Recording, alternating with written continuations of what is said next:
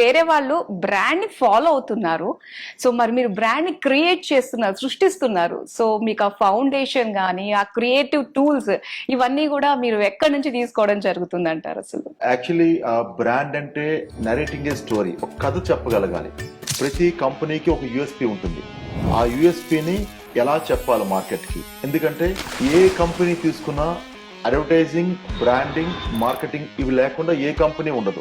ఒక ప్రొడక్ట్ ని తయారు చేశారంటే ఆ ప్రొడక్ట్ మార్కెట్ లోకి తీసుకెళ్లాలంటే ఆ మార్కెట్ లోకి తీసుకెళ్ళడానికి మేము ఒక సాధనం, అడ్వర్టైజింగ్ ఏజెన్సీస్. సో దీనికి రకరకాల ఫిల్మ్స్ చేస్తుంటాం. అందులో మొదటిది యాడ్ ఫిల్మ్స్. యాడ్ ఫిల్మ్ చేసేటప్పుడు we have to narrate A brand story. ఒక కథ చెప్పాలి, దాంట్లో ఎమోషన్ ఉండాలి. ఆ ప్రొడక్ట్ ని కొనమని చెప్పడానికి ఒక ఫిలాసఫీ తయారు చేయాలి దానికి. దాంట్లో ఒక యూఎస్పీ ఉంటుంది, యూనిక్ సెల్లింగ్ పాయింట్. అంటే ప్రత్యేకంగా ఒక్కొక్క వస్తువుకి అమ్మటానికి పనికొచ్చే ఒక పాయింట్ ఉంటుంది.